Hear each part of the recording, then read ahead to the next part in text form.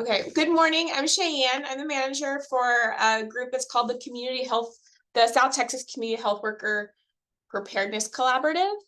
We're a multi-partner response to build the community health workforce in South Texas.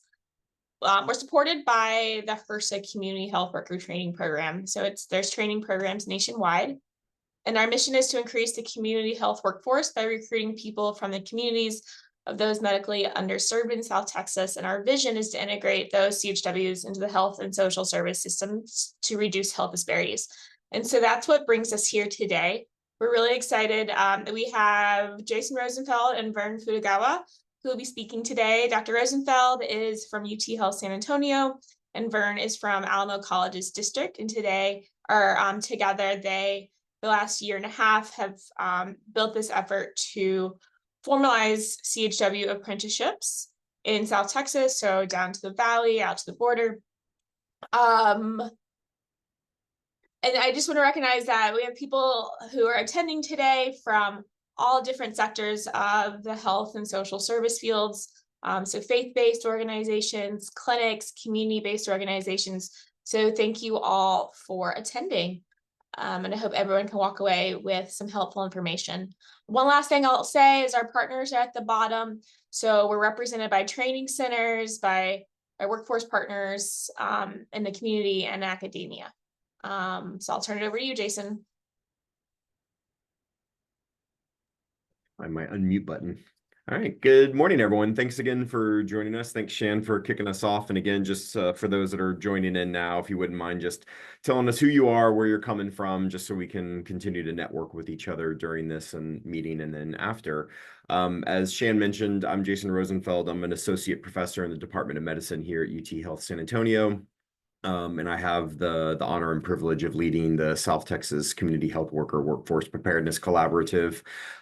Get to work with amazing people like Vern and Cheyenne and others from our AHEX and the Alamo Colleges district. So I'm going to hand it over to Vern just quickly to let him introduce himself, and then we'll jump into our content for today. Thanks, Dr. Rosenfeld. So good morning, everybody. Vern Futagawa, like Dr. Rosenfeld said, from Alamo Colleges. Background is a registered dietitian by background and retired military, but my day job at Alamo Colleges is as an account executive, and what I do as part of that is help manage our registered apprenticeship program for the community health workers. We've had this registered apprenticeship program through the Department of Labor since March of 2023. So we've been doing this for a little bit, and this is part of the tag team that we love doing, is educating our employer partners about CHW apprenticeships. So back over to you, Dr. Rosenfeld. Great. Thanks, Vern. And thank you again, everyone, for joining us today. Hopefully you'll find this session informative. We've planned, about 20 to 30 minutes worth of kind of content where we want to share with you all what community health workers are. We don't want to make any assumptions about what people do or do not know or are familiar with. And then, so I'll lead that portion. Then I'm going to hand it over to Vern to talk about registered apprenticeships, what they are, how they work, and then how you, if you're interested, may be able to stand up an apprenticeship program. And then I'll bring us home with our content for today, discussing what the support that we can offer through our training program currently. And then hopefully we can open up a conversation with you all about your questions about CHW workforce, apprenticeship programs, creating sustainable career pathways for CHWs across the South Texas region and beyond. So with that said, let's go ahead and jump into this. So what is a community health worker? So CHWs are frontline public health workers who are trusted members of their community, and they usually have an unusually close understanding of the communities that they serve, often because they come from those communities. So those trusting relationships allow community health workers to serve as a liaison, a link, an intermediary. We can use a bunch of different terms terms, between health and social service systems and agencies into the communities that they serve to increase and facilitate access to services and improve the quality and cultural competence of services provided. And so they can help build community capacity in a number of ways, increasing health education, improving self-sufficiency and self-efficacy for people in terms of decision-making and accessing and utilizing health information and services, and they can provide a range of services. There's a couple of different definitions up here from different leaders across the United States, but I also want to recognize that CHWs historically have gone by a number of different names: lay health workers, natural leaders. In our healthcare systems, we oftentimes refer to CHWs as patient navigators or health educators. They can be your peer health workers.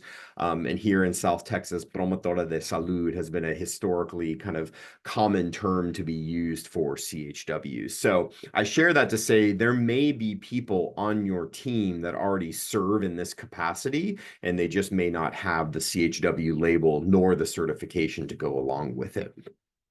So that's who CHWs are. Let's talk a little bit about why we have CHWs, and then a little bit of what they do. So we have them historically because in certain parts of the United States and even certain parts of the world, there's just been a lack of trained healthcare providers, and CHWs have served in that kind of gap capacity to provide education and some basic services.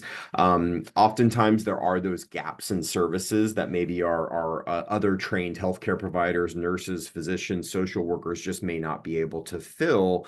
But also we need to recognize that there are limited access to health services and facilities in certain portions of our country, right? And some historically marginalized communities and urban settings, but also in our rural settings in particular. And so beyond that, our CHW workforce here in the United States and globally has really begun to shift into this focus on advocacy for our communities and for our healthcare and social service systems. They've begun to have a real strong focus on social justice, addressing health equity issues to ensure that everyone has access to information and services based upon need. A big, strong focus now on connecting to social services, addressing those social determinants of health or non-medical drivers of health to help people achieve their holistic version of health and well-being for themselves. And then really importantly, serving as cultural and linguistic liaisons. You know, one of the things that we can take pride on as being here in the state of Texas and in South Texas in particular is that we are kind of the gateway to the world in many ways, right? We are a multicultural area, and we have the need to really address the cultural and linguistic needs of our population, and CHWs are perfectly fit to be able to do that. So that's why we have CHWs. I want to talk a little bit about the core competencies that go along with becoming a CHW here in the state of Texas. So before I jump into the content on this slide, I just want to recognize that there are slowly building national standards and core competencies for community health workers, but as currently designed, states are kind of reliant upon themselves to design whether or not they want to have certification programs and what competencies will align with those. So, in case you're not aware, Texas is the first or one of the first states that allowed or created certification for community health workers. And it was focused on achieving these 8 core competencies around communication, interpersonal skills, service coordination. How well do we connect our individuals, our clients, our community to health services, social services, capacity building skills. So thinking about empowerment and decision-making abilities, advocacy for community, for agencies, the ability to teach, impart information and new knowledge to the communities that they serve, some organizational skills around kind of project design and implementation, but also just simply being organized around the work that you need to do. And then, of course, there's a whole range of knowledge base that our CHWs can build their careers around. We've got CHWs across the state that are experts in mental health and community engagement. We've got some that are experts in diabetes control and self-management, some that are focused on adolescents, some that are focused on an aging population. So CHWs can be jacks of all trade, or they can really kind of hone in on specific knowledge areas and populations that they would like to serve. So in terms of how CHWs can become certified in the state of Texas, there's two main pathways. One is based on experience. So you can take all the work that you may have been doing as a promotora de salud or natural leader and submit your application to the state and demonstrate that you have achieved those core competencies through your work. Or alternatively, you can enroll in a certification training program where you'll receive 160 hours of didactic training plus experiential learning to help build your ability to achieve those competencies and become a certified community health worker. Jason, Yep. just from a question that's been asked, can you speak more to the development of those certification courses and who's governing certification in the state? Yeah, so the Texas Department of State Health Services is the certifying agency, and the way my understanding of the way that those competencies were developed was in collaboration with statewide CHW associations as well as regional CHW associations, and then thought leaders in the space, knowing the work that CHWs had historically been engaged with, as well as what the needs of our health and social service agencies were. So they've developed those competencies, and then training centers can register to become certified locations to provide that didactic training to address the core competencies using state-approved curriculum. Now, I should mention that there are national efforts to standardize certification, and there's an organization called C3 that's really driving this conversation nationally. But for the moment, there are no national standards. They've been set, they're agreed upon, but each state still gets to determine what they would like to do and how they would approach their certification. That's a great question. So a couple more pieces here in terms of how CHWs and where CHWs have been integrated into different systems within the United States. So there's models where CHWs are fully integrated into healthcare systems. So a good example is here in San Antonio with the University Health and UT Health Family Medicine. The Family Medicine Clinic or here at the Brady Green Hospital, they have a team of 5 community health workers that are on their team around chronic disease management and doing home visits to make sure that there's a connection between the clinical environment and those social drivers of health. There's also examples across the United States of CHWs being fully integrated in for asthma control programs, diabetes management programs, hypertension reduction programs, you name it. There's any number of CHW-led initiatives that are hosted and nested within healthcare systems specifically. Great examples around HIV/AIDS and infectious disease control. There are models where community health workers are integrated directly into local health departments. Again, here in San Antonio, the Healthy Neighborhoods program at Metro Health. They are an asset-based community development team of 25 community health workers who are out in the community engaging in advocacy, education, and outreach. Lubbock Public Health also has a wonderful network of community health workers on their team doing community outreach and education. There's also academic community-based partnerships that have been proven successful. I'm fortunate and privileged to get to lead such a team where I've got a team of 3 community health workers who are embedded in the community with community partners doing health promotion, doing advocacy, providing connection to services and programming. There's other examples like Latino Health Access through our community-based nonprofit programs. This is a CHW empowerment and education program in Arizona. One of our good partners and colleagues here in San Antonio, again, the YWCA has an enormous team of CHWs that help them do patient advocacy, community engagement, enrollment in Medicaid, Medicare, other programs as well. And then finally, there's models where CHWs can be nested within management entities. I know Humana and other managed care agencies and insurance programs are looking at bringing CHWs on for enrollment and education purposes. So I wanted to share that to say, no matter where you're at, there are roles that community health workers can play to help you better reach your community and the population that you serve and improve the quality and its scope of what is provided. In terms of benefits and impacts, this is a big thing, and I'm only going to do one slide. And so, because I want to move us on to the next piece, lots of evidence currently around the CHW's role in improving chronic disease management around asthma, diabetes, hypertension, HIV/AIDS, maternal health programs. There's also a good and robust growing evidence base around CHW's linking to care and services that we kind of talked about before, including addressing the social determinants of health. There's a wonderful model here in San Antonio where University Health, which is our safety net system, is partnering with Family Service, a nonprofit agency, to directly link patients to social services through their electronic medical records, so that those two things are seamlessly happening so that they can address the social determinants while addressing their healthcare needs in the system. There's lots of evidence around CHWs reducing emergency room visits and bounce backs because of the ability to manage care. But then also I wanted to land on this idea of reducing healthcare costs.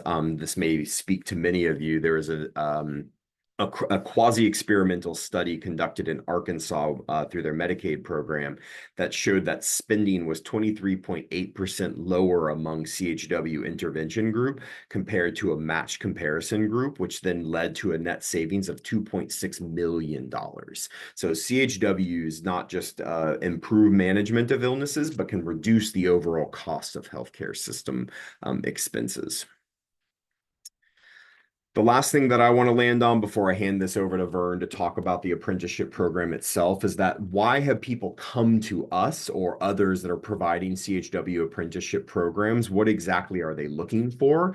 And so these are kind of the four main buckets of things that folks are looking for as employers. One, they want to upskill their existing workforce. So within healthcare systems, taking our medical assistants, taking our technicians, upskilling them into community health workers so they can provide even more holistic and culturally sensitive care. Part of what draws people to apprenticeship programs is that you as an employer can design, custom make your training program to fit the needs of your agency and the population that you serve, because you can match that didactic training to the on-the-job training that Vern is going to talk about in a moment. An apprenticeship model helps you build sustainable employment pathways. This has been a draw for some of the healthcare systems here because they want to be able to build that system and then have that pathway so that people kind of keep coming in through their program. And then finally, at the moment, through Department of Labor grants like ours, there's a good amount of funding available to help people build their apprenticeship models and sustain those into the future. And just as a quick teaser for the types of agencies that have been engaging with us so far, we have Community First Health Plans here in Bexar County. Frio Regional Hospital is on the way to signing up to have a registered apprenticeship program.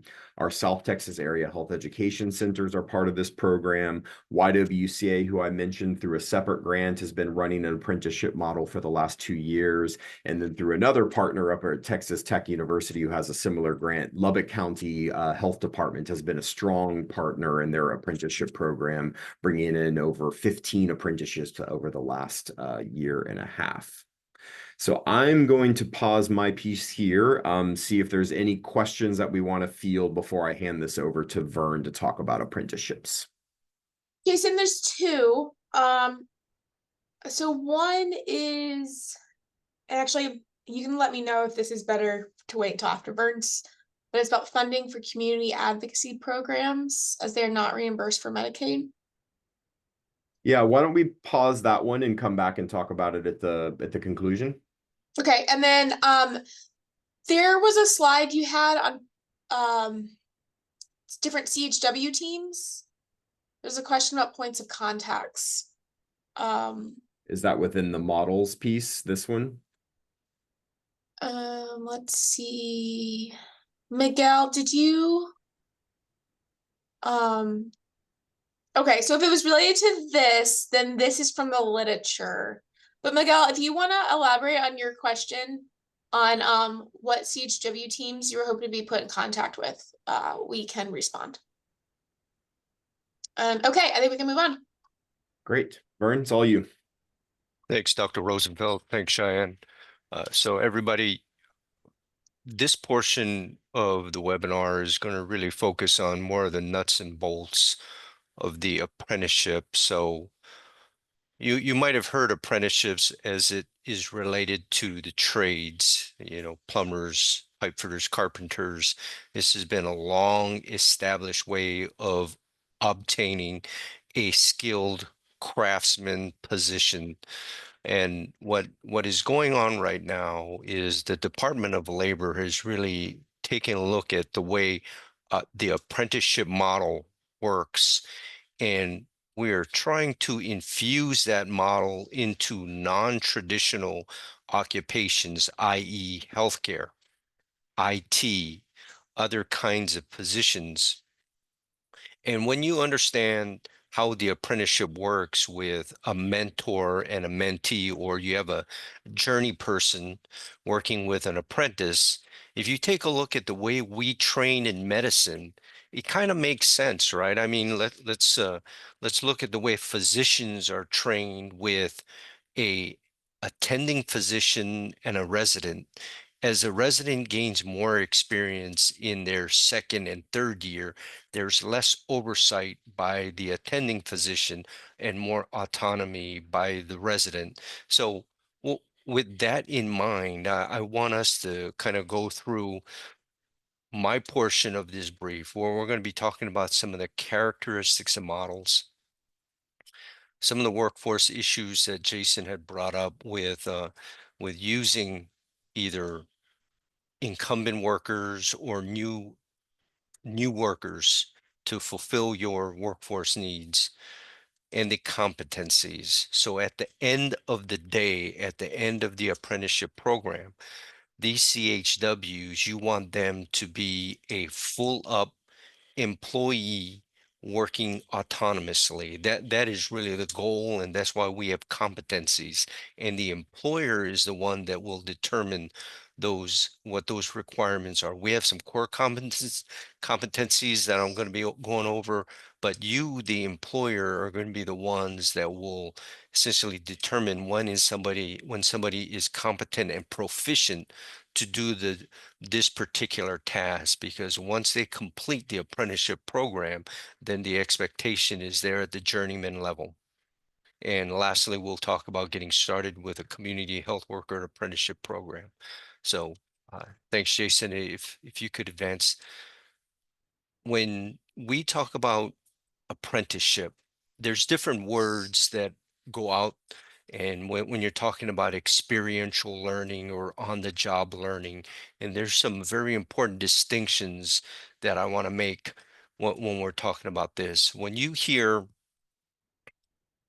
internship, let's go ahead and go use that internship or externship. So externship would mean something after a program of study is completed and they're working with an employer partner or getting some experiential learning. Internship generally means that they're in the program of study, and this is part of their experiential learning. But this is what I hear when I hear internship and externship. I hear unpaid.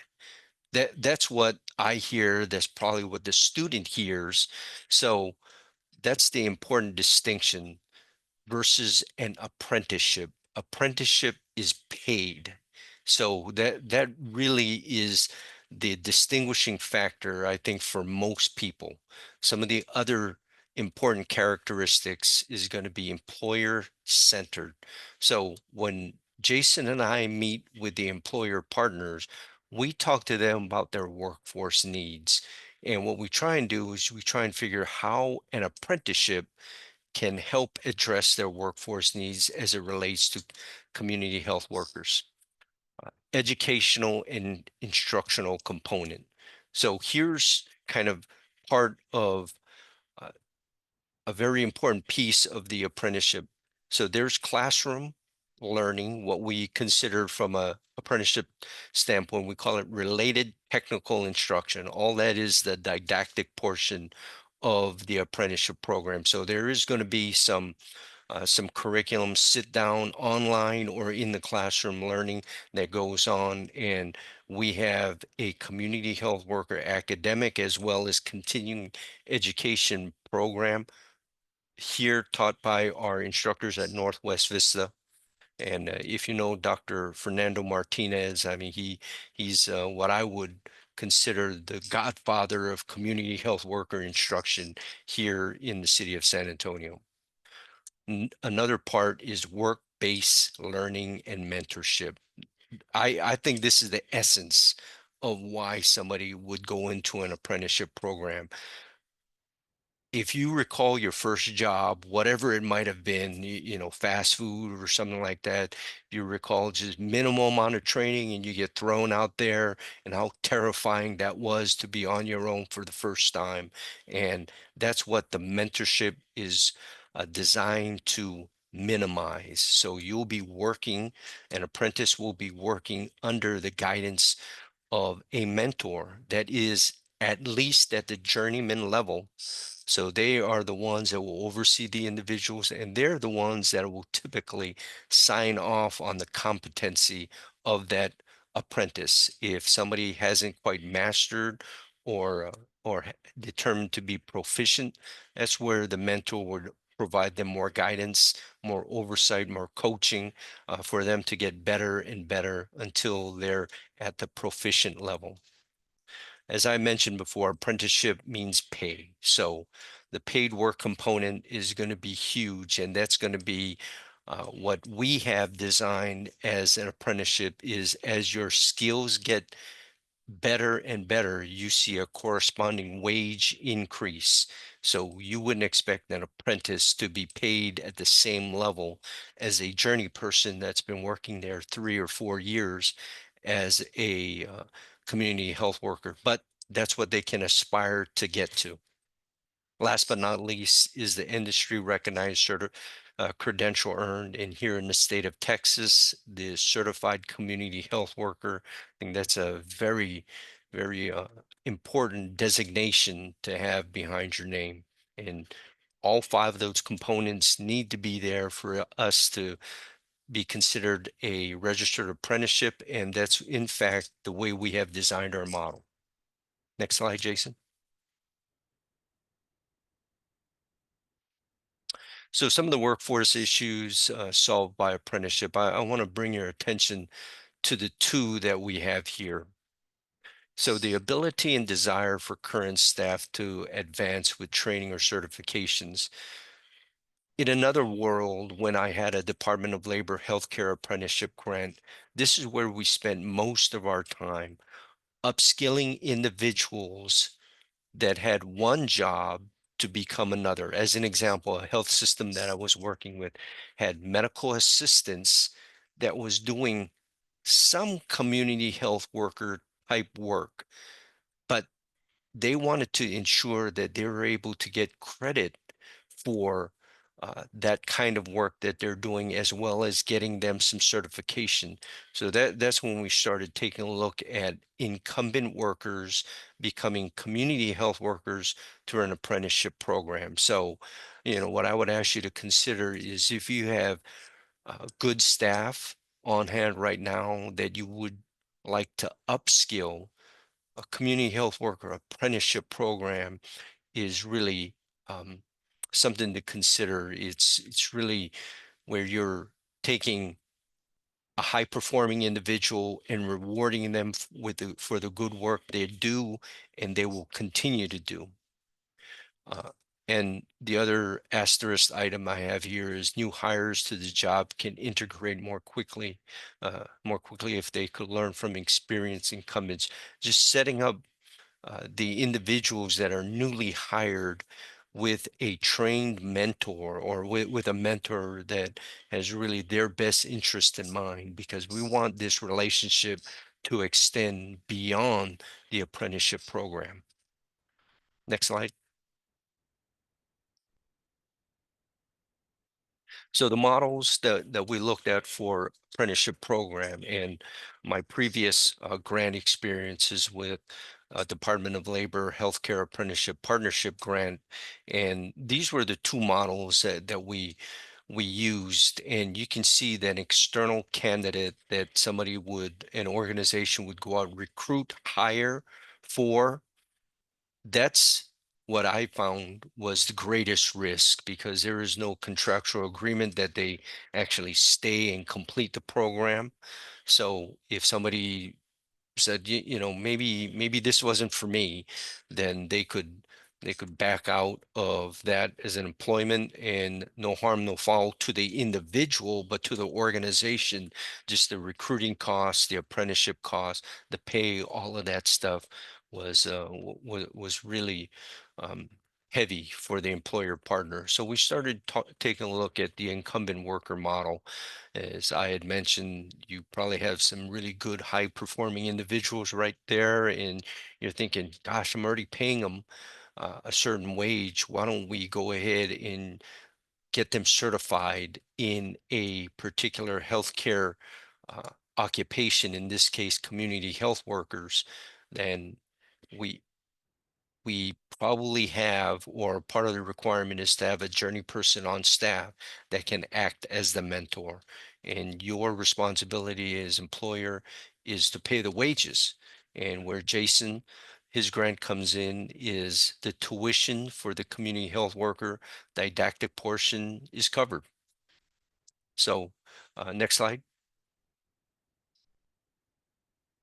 The employer is at the center of the competency. So what Jason had mentioned is the state of Texas determines the major competencies, and what he had mentioned is there's also some national discussion as to have some nationally um, national competencies established. But I'm glad to say that Texas started this program off. So there's some core competencies that have to be established for you to be a community health worker. But when you drill down to what the employer needs, there's some areas that maybe need to be taught at the knowledge level, and other competencies and other tasks that need to be really trained at the performance level. And it's the employer that really determines that. So employer training and orientation, that you probably have something like that already for a community health worker or a community health worker to like position. The on-the-job training is reinforcing classroom instruction. So ideally, the situation is you go and learn something in the classroom if it's being taught, and then the next day there's a competency or there's a practice that would reinforce that classroom learning instruction. So that's the way it would be hopefully designed. Skills or competencies required for training and retraining. And this is where the mentor really has a really big part in making sure the training and, if needed, retraining, they're involved in what are the competencies, the proficiency level, those kinds of things. When we sit down with an employer partner, we like to ask if these are going to be groups of individuals or just one or two individuals. And it's important when we do this to determine what the worker or the apprentice to the journey person ratio is. That's going to be important. We don't want to give too many apprentices to one journey person. And we also have some training for the mentors and preceptors. And uh, I think we all know that just because somebody is a star performer out there that's a journey person, they might not always be the best mentor for a newly hired individual. So we want to make sure that they're provided the necessary training. And you know, we really want the journey person to want to be a mentor. We shouldn't mandate that they be that, because we want the apprentice to be able to go to those individuals without judgment and ask them or provide help. Okay. Next slide, please. So the way we have designed this is if you recall those competencies, those core competencies that Jason had identified that the state of Texas had had made as criteria, we kind of mirrored these competencies based off of those core competencies. So we have 10 of them. And I'm not going through all of them, but just to let you know that these are the competencies to make a community health worker, and underneath those are separate tasks and skills that go up under each one of these 10. So the apprenticeship is going to be able to do some classroom learning as well as competencies. And that's when the mentor and the apprentice will take a look at these tasks and determine if somebody is at a proficiency level yet. So Jason, if you could go to the next slide, I can show them really what it looks like. So if you're looking at competency area 1, so that's the first one out of 10, it provides cultural mediation among individuals, communities, health, and social service systems. So that's a lot right there. That's pretty broad. But if we go down to competency A, we educate individuals and communities how to use health and social services systems, including explaining how the systems operate. So this also is very broad, but what I do is I allow the employer partners to really determine how an individual is going to meet that competency. So you can see OJL, which is on the job learning, that is going to be at the apprenticeship site. So that's where the employers are going to be doing that with the mentor as well as the apprentice. RI is related instruction. So that is corresponding to the service coordination skills. That's one of the core competencies identified by the state of Texas to become a community health worker. So this all is crosswalked to ensure we're meeting all 10 um, of those competencies that align with that core competency determined by the state of Texas. So, and this is provided to all the employer partners. So when we go ahead and start an apprenticeship program, I will sit down with the mentor and the apprentices, and we will go over each one of these competency areas to ensure that everybody understands what these mean. If they have any questions, we can go ahead and discuss how to obtain the sign off for these particular areas. And this is just one of them. We have all 10, and we spend quite a bit of time going over them. And I allow the employer to tell us what is the important one. So core, you see, there's all of these are core here. There's other ones that are optional. So this is where the mechanics of the apprenticeship comes in, but really the employer is the one that really will dictate which ones are going to be at the performance level or the knowledge level. Next slide. So there's it's getting started with the apprenticeship. So one of the first things that we always do when Jason and I meet with them, if somebody kind of indicates that they're interested and want to learn more about the apprenticeship, today we're just kind of introducing you to really the top level, high level apprenticeship kind of mechanics. Any more than that, we would go ahead and sit down, have an appointment with you, and walk you through some more of the details. We already know what the occupation is. That would be community health workers. We had talked if you are interested in upskilling some of your incumbent workers, or maybe looking at new hires to keep that workforce going. So this is really the first step in starting an apprenticeship program. Next slide, Jason. And this might be my last slide. So just wanted to let you know that the Alamo Colleges District is the sponsor for the Community Health Worker Apprenticeship Program. And what that means is we take the administrative burden off of the employer partners. There's a lot of administrative responsibilities associated with managing an apprenticeship program. Here's one, the Rapids data system. So we take care of all of that. We've already been registered through the Department of Labor, and we will take care of registering your individuals into the rapid system and communicating with the Department of Labor Apprenticeship Office here. And we will walk you through all the paperwork that is necessary, and we do the heavy lifting on the administrative side. We want you to just train the individual and importantly, pay them a progressive scale. Next slide.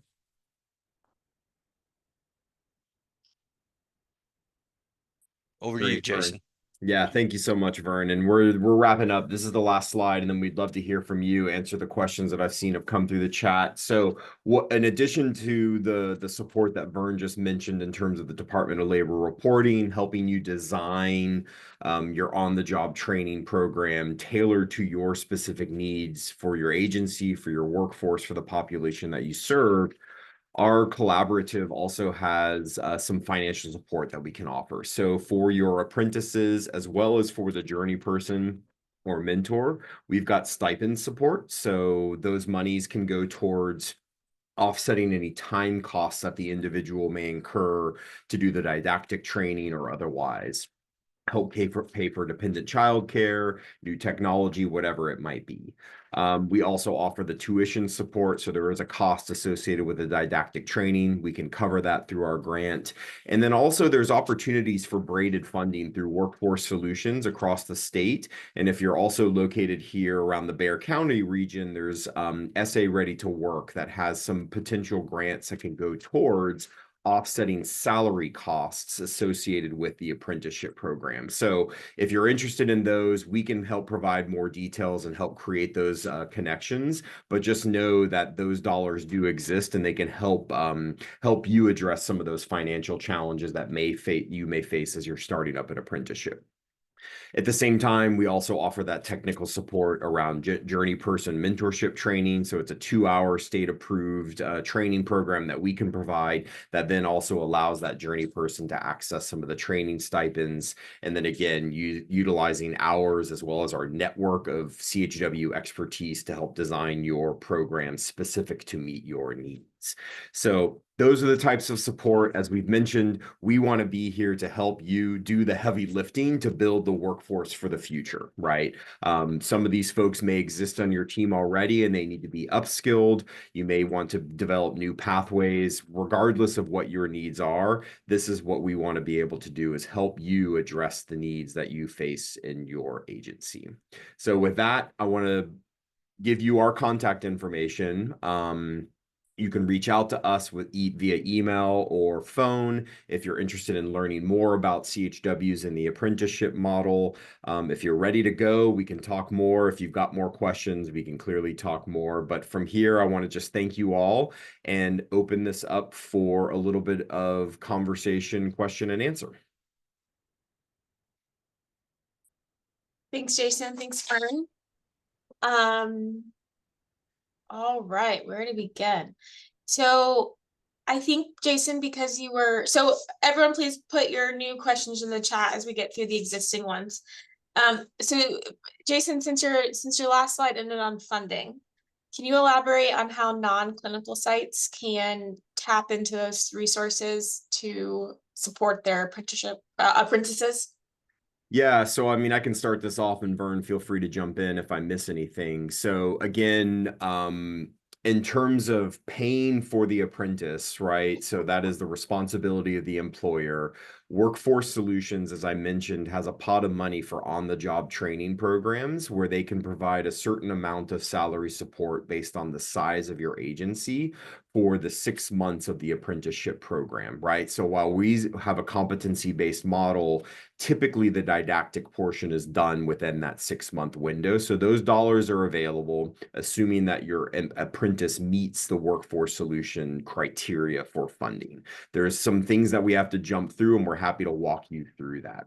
The other piece that I want to mention, and I should have put this on the slide, and I apologize, is there's actually some new funding out there through Center for Medicaid Services. So Medicaid and Medicare can now do social reimbursement for CHW work around social determinants of health. And this is a role that community-based organizations with CHWs can play.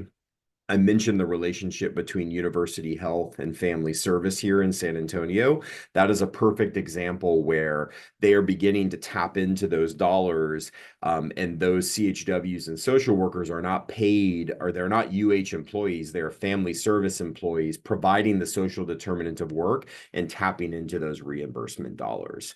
There's also some new funding through the state legislature around maternal health, reimbursing for CHWs and doulas in that same space. Those details are still being worked out. But I want to just say that those will be open to non-clinical agencies to be able to tap into some of those dollars. Great. Kind of jumping to a different topic. Actually, no. Either one of you can answer this question. So Texas has the 8 state competencies for CHW certification. Vern, you mentioned 10. So can one of you explain why those lists are different? Sure, I'll go ahead. Jason, can you go to back up to the slide where it says tasks for each competency? So I think this is where the confusion came from. So Jason had mentioned there's some core, and we call them core competencies, and this is where the I think the same term is being used, and we're getting confused with this, or at least I am getting confused. So when the state of Texas came up with the service coordination skills, interpersonal skills, organizational skills, and capacity building skills, that is on the criteria for the CHW. Is that right, Jason? Yeah, that's the state, those are the state competencies that they want all CHWs to achieve. Right. And what we have done in designing this community health worker apprenticeship program that's competency based, we went ahead and made 10 competencies to cover all 8 of the state competencies. So you can see in this area right here, competency area A, that provides cultural mediation among individuals. By looking at getting this competency area to a proficiency level, we're already covering 4 of those skills, or the state's competencies. So we had to kind of crosswalk all of those to make the experience, the on-the-job learning experience, meaningful. So that's where the term competencies are being used and perhaps overused. So Okay, so on the competencies the Department of Labor is referring to, they're on the left, but then they're crosswalked the Texas competencies under RI. yes. Yeah. Thank you. Can you go to the previous slide? I think you had a list of all 10. Right. So we'll just leave this here for a second if you want to take a screenshot. But if someone wanted to go and find this list for They employers, would come talk to us. So, Okay. and again, that's only because we're the sponsor. Well, Vern is the sponsor of this registered apprenticeship model. And the way that it was designed was there's 10 competencies within the apprenticeship that align with the 8 core competencies at state. And if And I will mention to everybody that, you know, we didn't do this in a vacuum. So Urban Institute is a huge player in helping design these competency-based models for apprenticeships. So this they also did some of the heavy lifting associated with this. And if I'm not mistaken, we have a large document, well, more than one slide that really breaks out these the apprenticeship competencies. Oh yes, yes, absolutely. And that's what I do when we start off the apprenticeship program, right? So the apprentices can look at all 10 competencies along with the journey person mentor, and we'll go line by line to make sure that if they have any questions at all, how to obtain the proficiency level as determined by the employer, that we talk that through. Great, thank you. One last question before I see if there's any more. So we mentioned that our coverage area is South Texas. There's 38 counties in South Texas. There's people on this call who've been interested, including in Houston. What would be the next steps for supporting someone outside of our region? So what I'll say is that I'm happy to have a conversation with anybody wherever they are. And if we can help respond to your workforce needs and build a program, then we're happy to do that. If it's not us, there are 6 other awardees of the same grant here in the state of Texas. And so whether there can be warm handoffs or otherwise, we just want to continue to promote the CHW workforce as value add and important that everybody should have, and then help people build those sustainable pathways through an apprenticeship model. So again, if you're in Houston, we're happy to have a conversation, and we can either help you or hand you off depending upon what the needs look like. Wonderful. And then as far as those, the new Medicaid and Medicare funding opportunities, where should people go to learn more about them? Yeah, I'm going to fish out a document that was shared with me by a colleague from the YWCA that kind of outlines the CMS reimbursement rates and what those ICD-10 codes look like. And so I'll find that, and then what we can do is send it back out along with this recording and other details so that folks can see those. Thanks. So I think that covers all the questions in the chat box. Are there any others that people wanna put in last minute? So Cheyenne, while people are kind of pondering that opportunity, I just want to highlight something that Jason said about your workforce development board. If you are wherever you are, you're aligned with a workforce development board. The state of Texas has 28 of them across the state, and the on-the-job training dollars, if you are in need of helping to pay your apprentice, uh, then I would ask you to engage with them to see what that process looks like. We started going down that path here a couple months ago, and it's not, hey, I want some, so give me any kind of funding. There's a process, and it's to your advantage to figure out, who your points of contacts are and what the process is. So I would encourage you to find out what kind of incentive programs your local workforce board has to help you as the employer. And I'll just quickly to second that, and then offer, if you need the help, we can offer that as well. Like, we've made contact with a number of workforce boards across the South Texas region. If you need help making those connections, that's again something that I want to be able to offer folks. So yeah.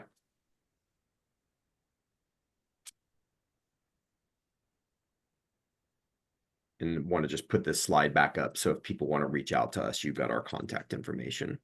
Great. Yeah, thanks, sir. So yeah, so as a next step, if you are interested in either learning more individually, or you want to move forward with exploring how we can get your site registered with the Department of Labor as an apprentice site, please email Jason and Vern. And then just to wrap up on the remaining questions, I think some of the questions have drifted off into funding in general for CHWs. When I send out the recording of this, I'm going to link a recording to a separate webinar that we specifically did on funding models to sustain CHWs as permanent employees. So hopefully that will be helpful. And then I would just love to end on Miguel's comment that he has seen the significant value that CHWs bring to the community. The role of CHWs are not new, but it's kind of newer to being recognized formally by the federal government through payment models. And so it's a really exciting time. And it speaks to the importance of training quality CHWs who are optimized for your population. So we hope that you found this helpful today. And we will get the resources out to you, including this recording, by the end of the week. Yeah, thank you, Shan. Thank you, Vern. Thank you, everyone, for joining us again. Please reach out if you've got more questions. If you're interested in getting more into the nitty-gritty on the model, we're more than happy to have those conversations with you. Thank you, everybody. Thank you for attending. Yeah, everyone have a wonderful rest of your day.